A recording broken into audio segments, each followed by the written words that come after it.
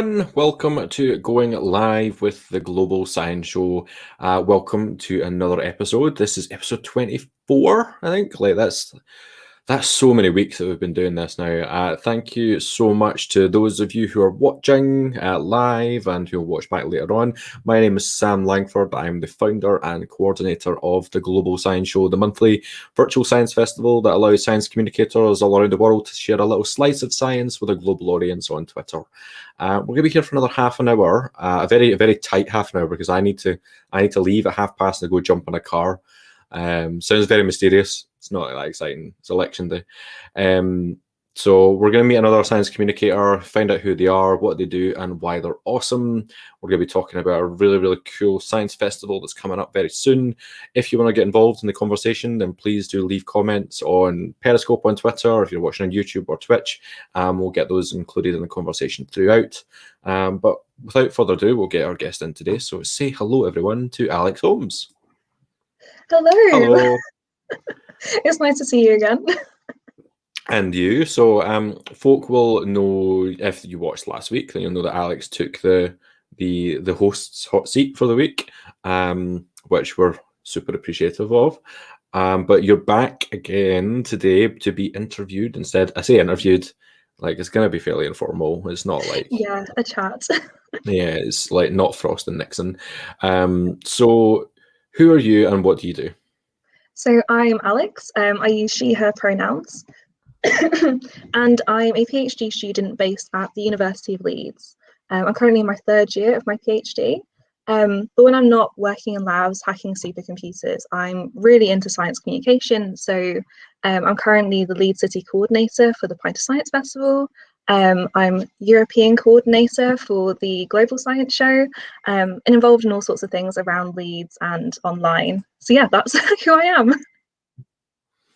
Hacking supercomputers. Yeah, I do like a lot of computational work, and yeah, it's a lot of kind of supercomputers and high performance computing, and it sounds a lot cooler when you say like I'm in every time I log in to like through the terminal and things like that. It definitely puts a bit more glamour on it, I imagine, than probably the day-to-day. But it's really good to have that kind of thought on it. We've got Phil watching. Hi, Phil. Hi, Phil. So how have you spent your pandemic? Like, you've got PhD and lots of other science communication things, but how have you spent your pandemic?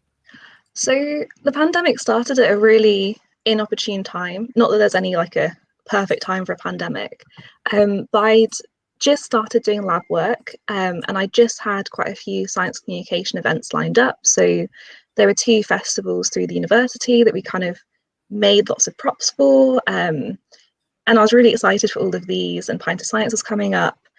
And then we all kind of went into lockdown, and I wasn't able to get into the lab to do more of my lab-based work, which was frustrating because I just started it. All the events that I'd been involved in were kind of cancelled or postponed with kind of 2-3 weeks notice.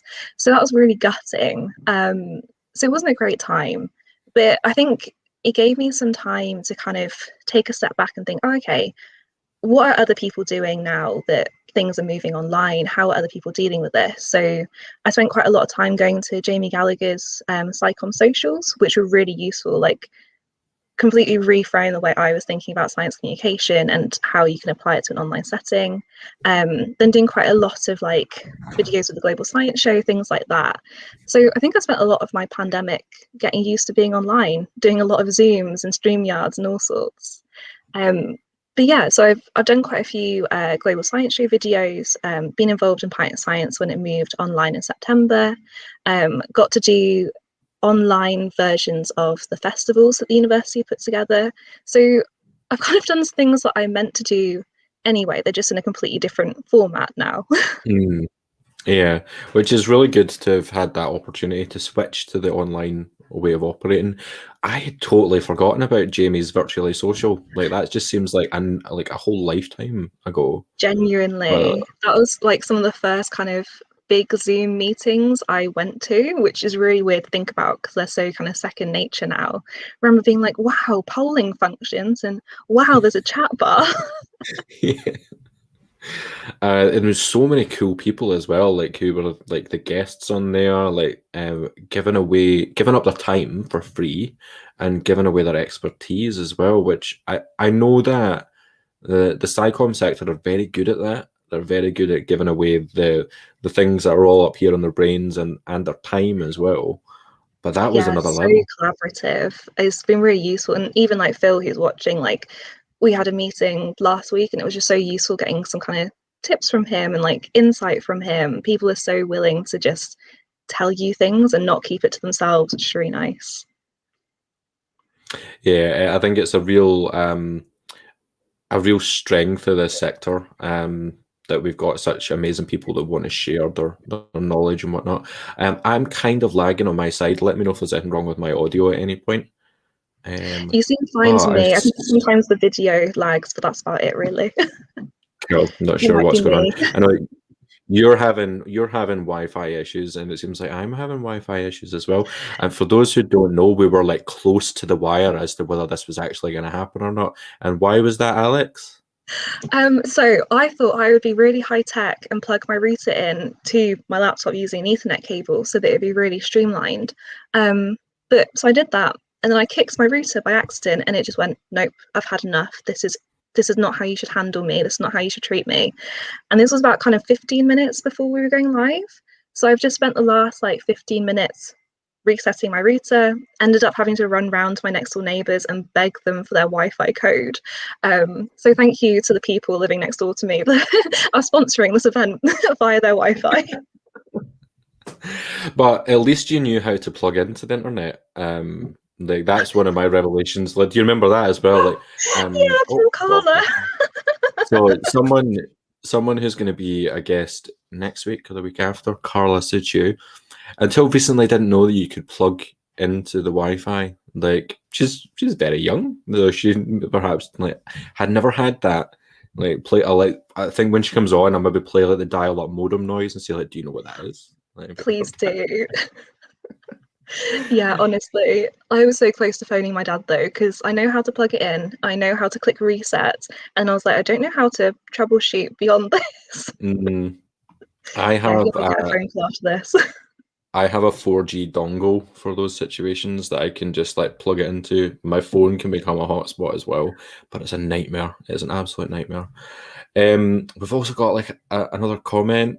There we go. Thank From you. Jim. Thanks, Jim. Hello. Glad you're watching. We'll go back to thinking about PhD stuff and how that's kind of been going throughout the pandemic. But you recently spent some time doing non-PhD things for a while, didn't you, as well, like on a placement somewhere? Yeah, so as part of my doctoral training program, they're really trying to emphasize not just academic careers afterwards, and this is really good. So through the White Rose BBSRC DTP that I'm part of, you have to spend 3 months doing a PIPS, which stands for Professional Internship for PhD Students. Okay. So people usually go into industry and kind of see industrial labs, or people work with charities, or like behind the scenes of scientific publishing. But I knew that I was really interested in science communication, so I thought that I'd prefer to go to something like that and see how that would work in a kind of more organizational setting. So I worked with the BBSRC, which is the Biotechnology and Biosciences Research Council. If I'm wrong, someone might correct me.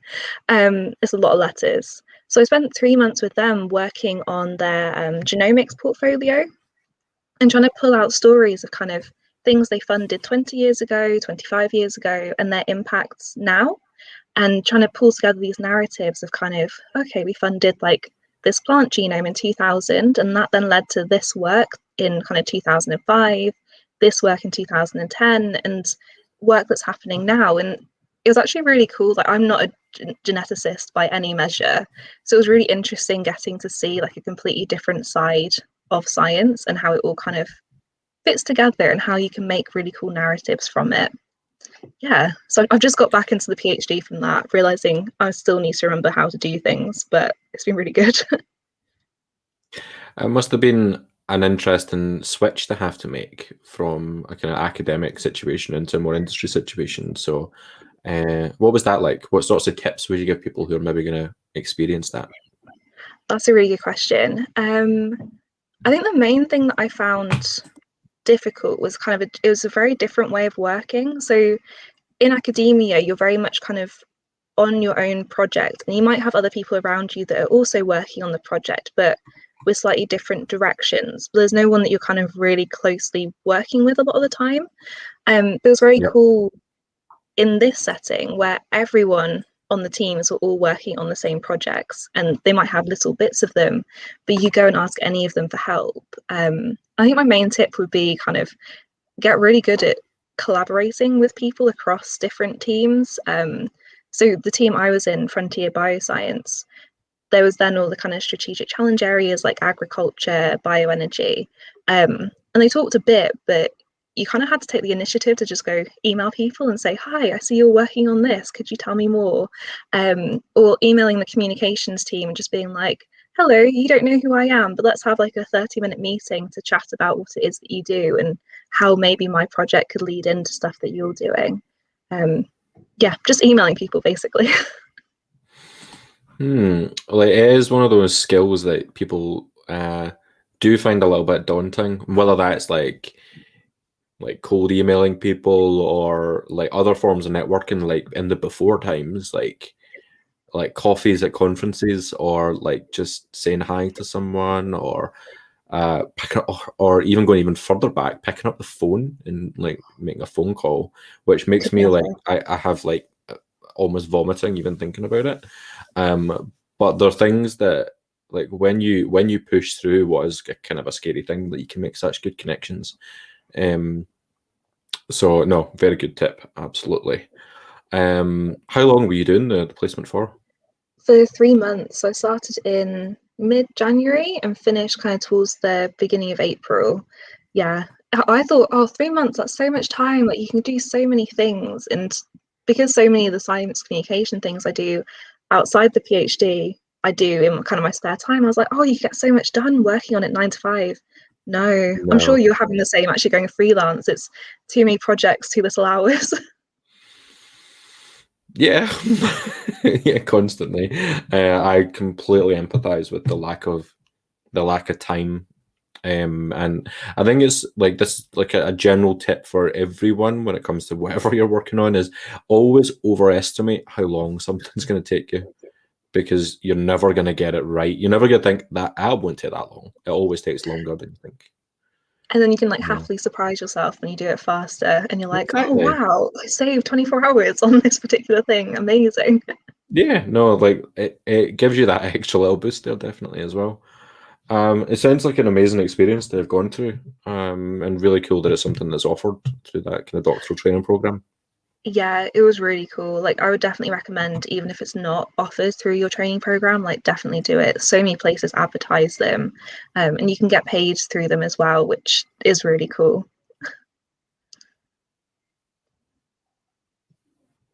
Yeah, that's a really good thing that's a part of it, because I know it's not for everyone. I keep lagging on my side. Um, That's all oh right. yeah, like Phil saying, like Phil asking, you both have so many projects. Just to check, you actually know the word. Can you say I can't. No, what is it's not that? part of my vocabulary? No, nah, nah. Sorry, Phil. It is like a big thing. It is a big thing though to be able to say no, and I did actually have to do it this week, and I was so proud of myself. But I had to do it this week. See, I have like a little checklist that I made with Heidi Gardner from Science on a Postcard, and every time I look at it, and there's all these things like, oh, do I have enough time? What will I gain from it? Is it skills? Yes, there you are. And then it always gets to the one that's like, but do I really want to do it? And I'm like, yeah, actually, I do. I'm going to ignore the others and just go with that one. Yeah, which is fine to an extent. It's just knowing, like, yeah, I want to do it, but how much will it have a negative impact on me? Yeah, Um, can I actually balance it alongside everything else? yeah. Speaking of things that you really want to be doing, Pint of Science is back. So, two things to talk about with this is, what is Pint of Science generally, and then what are you doing with Pint of Science? Yeah, so Pint of Science generally, it's this kind of public engagement science festival. It happens internationally, and typically it's split into these kind of 6 themes, from physics to psychology to sociology to kind of more biological systems. And there's 3 events for each of these. And this kind of totals up to 18 events taking place over 3 days. And this is usually all done in person, typically in pubs, cafes, local venues. And the whole idea is to kind of drag the researchers kicking and screaming out of the universities and put them into pubs, and then drag the public in and get them just to have informal conversations about science and the science that's happening in the city. So usually these are kind of 2.5 hours. There's plenty of time for games, questions. We a couple of years ago we had one all about reproductive systems. So we had big games where you had to like throw the sperm onto like the egg and try and get it to stick and things. So really cool, really interactive, and everyone just has like a chat at the bar, and you can just talk to people like they're normal academic researchers. So my position this year, I've been involved since 2018 and kind of moved from volunteer level, where it was just kind of helping out on the nights, to being a team leader for the Our Body strand of it and putting together the events. And now I'm like the lead city coordinator. So kind of I've just basically moved my way up. So this year I've been involved in putting together the team that have then put together 3 different events, all taking place with Leeds researchers. But of course, it's all happening online this year. So also all that pivoting and technical troubleshooting and things like that seems to be my remit. Well, hopefully Wi-Fi holds for those. Hopefully it comes back on at some point before then. I helped organise Pint of Science in Glasgow, maybe 3 years ago now, 2 years ago, and it's just such a nice experience to do. Like the interaction between the audience and the speakers is always so much fun. Yeah. It was Our Body that I organised as well back then. It's a really good theme. But when you say like dragging them kicking and screaming, they're usually quite happy to come along. Yeah, there's usually quite a few that are really keen. Like I've had people emailing me saying like, is Pint of Science happening? Can I be a speaker? And I'm like, yes, come please. I'll add you to a That's list, the put you on a theme. that's the holy grail, isn't it? Those people that come forward and really, really want to do it. Yeah. So it's happening online this year. Like, how is that going to work then? Is that going to be like an interactive room, or is it going to be something a bit different? So it's being done a bit like this. So it's all being done live and streamed out into YouTube for people to watch, and then all the shows are staying online afterwards for people to watch afterwards as well. But obviously it's difficult to get that kind of same interactivity that you'd have in the pub. Like you can't play games quite as easily. So Yeah. that's been one of the main focuses for us, is how do we get people interacting? How can we have those kind of, because that is part of public engagement, is you get the input from the public as well as getting the researchers to put out their information. So how are we able to kind of actually have conversations with them, even though it's all online and streamed? So if you're doing a lot of playing around with different like polling softwares, trying to get kind of fun halftime acts involved, things like that. Yeah, so it's a change of format, but hopefully retains like some of the elements that make Pint of Science so good. No, like it's good that there's still ways to bring those things that make the live events really good into those digital ones as well. I know obviously you can't speak for the wider team, but like going forward, it seems like it'd be really good to have these kind of blended style events in the future. So having an online, but also going back to a pub and doing something like that. Like, would Yeah, I think it'd be really cool to even have kind of, I don't know, pre-recorded versions, or record the talks as they're happening in pubs or something, and have them then be put online for people that aren't able to come. And particularly like at the moment it's Ramadan, and that does end next week, but you might be comfortable going to a pub but not drinking, but then you might really not be comfortable going to a pub if it's during that month. So it just makes it so much more accessible for people that aren't comfortable in those settings. Or if things do go online next year or in person next year, there might still be people that aren't comfortable being out in public yet, depending on how the pandemic goes. So I think it just widens access in a really nice way. Yeah, I've been talking about this with a couple of people recently, and like when Hannah was on a few weeks ago, we were talking about the where might things all go in the future, and it's whether like you can have these events that like because recording them and then putting them online is great, but then that's taken away like a version of access from the kind of live interactive point, like which some people really enjoy. But then, how do you make an event that is live with an audience, but also live streamed that both are good enough quality? Yeah, and how do you have it kind of retain the kind of interactiveness even after it's been done live? Like when they're all online later, how do you still have someone engaged and interested in what's happening, even though they're not able to ask questions in quite the same way and things like that? Yeah, yeah, it's a tough one. It is. Like even simple fixes, like if you were to have like the live event happening live and then a recorded version goes up, but then the speakers maybe come back to when there's like a full live recording goes up and can sit in the comments and reply to people's questions or things like that. There's ways that Yeah, it can be done, definitely. Um, yeah, for so sure. how can people find out about what's happening in Leeds and come along to them? Well, that's a very good question. So, all the information's on the Pint of Science website, and I have, depending on which way I'm mirrored, there is a QR code you can scan, and that will bring you to the Leeds specific events. So, we have three taking place on the Monday, the 17th, between 8 and 9, Wednesday, the 19th, between 8 and 9, and Thursday, the 20th. And that'll take you to all of those events. And we've got like a really cool team of researchers speaking on each of them. So there's this kind of technology theme throughout them all. The first one's more kind of psychology based and kind of learning skills through technology and improving like our minds and lives through technology. And then the second event's all about technology and healthcare, and particularly AI with like hearing aids, patient clinical trials and things. And the final one's all about science and society. So what is science? How do you do science? What's the difference between a theory, a hypothesis, and actually how does that impact people's day-to-day lives? So yeah, they should be quite a cool set of events. Oh, it sounds great. And they're free, right? All completely free. Yeah, just need to register and you'll get sent a YouTube link. And you don't need to watch live, you can watch them back afterwards as well. Awesome.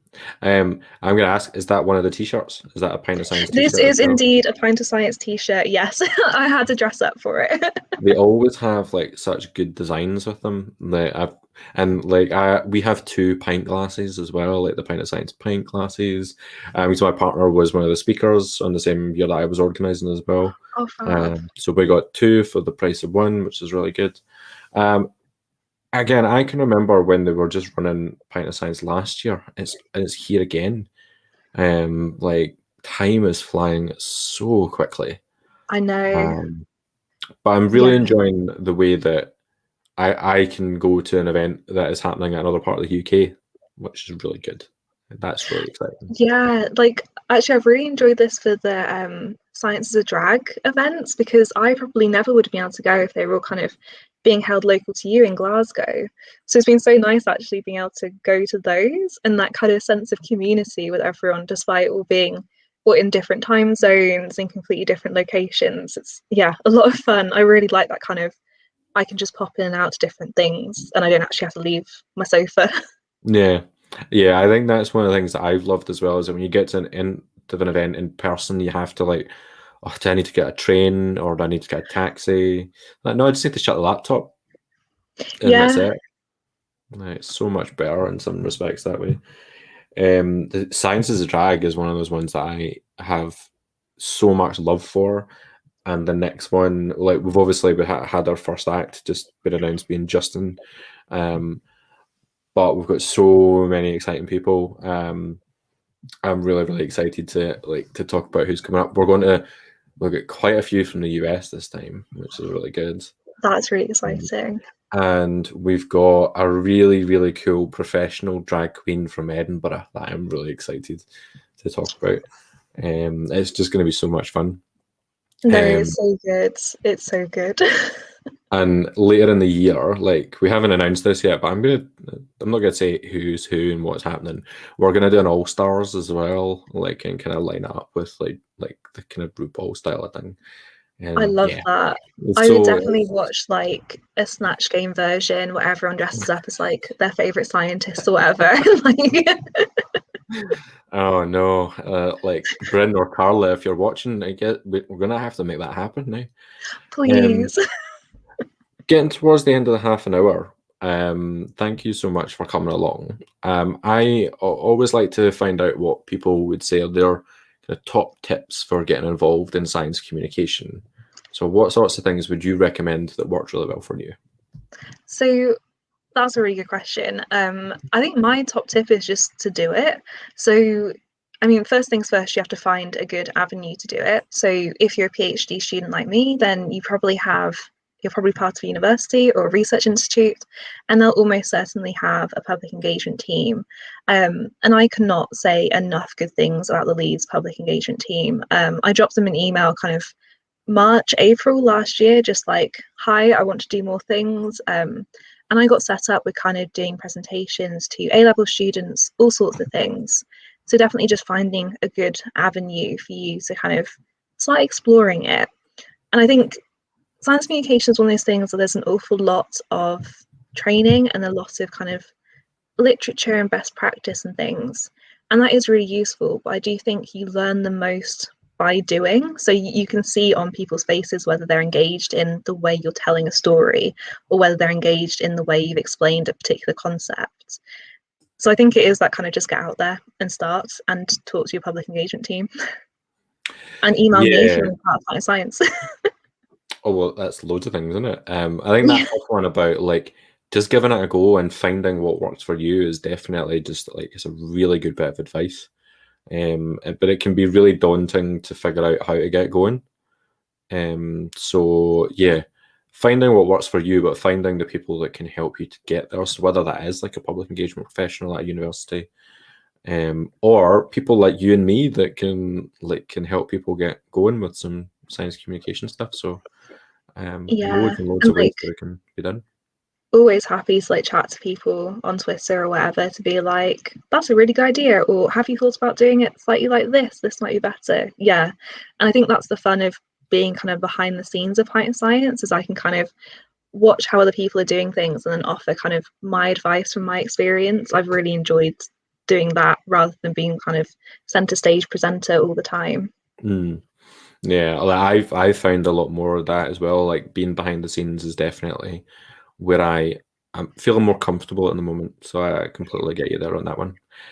Right, we're getting to half past. So these half an hours always go really quick. I don't know if you found that last week, but um, Yeah, I suddenly checked the time and I was like, oh my god, I need oh, to we ask can more stop. questions. Yeah, because I always think like how am I going to fill it? Like I need to make sure that there's always stuff to talk about, but the time goes so quickly. So fast. Yeah. Well, thank you so much for coming to have a chat with us. I've had a really lovely time. Thank you for having me on. And your Wi-Fi held out, which is really I'm good. literally going to send like a bunch of flowers to my neighbours. Like, Well, thank you again for coming along, and best of luck with Pint of Science. It sounds like it's going to be really awesome. I really hope so.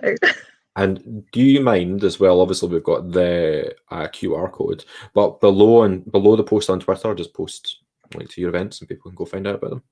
Yeah, definitely do. I'll do a little thread of things you should come see in Leeds. Yep. Awesome. Right, I'm going to use the powers that I have to kick you out of the room. So thank you so much. Bye. Oh, thank you to Alex. That was great, great, great, great. But the time went so quickly again. Thank you for those of you who've been watching along. We are going to be back again on Tuesday next week, again at 12 p.m. And I believe we're speaking to the absolutely wonderful Dr. Claudia Antolini on Tuesday, which will be so much fun. In the meantime, I am going to go and run and jump my car and go to a polling station. And the polling station I'm going to, I've just found out Nicola Sturgeon's there. So that'll be really exciting. But also, there's some fascists there as well just now. So I'm going to have a fun afternoon. For those of you who are in the UK, I'm going to say it because, like, there's some of you watching. Go vote if you haven't voted already. It's so, so important. No matter who you're going to vote for, unless it's the Tories, and then just stay home. Have a lovely weekend, folks. Stay safe, take care, and I'll see you very soon.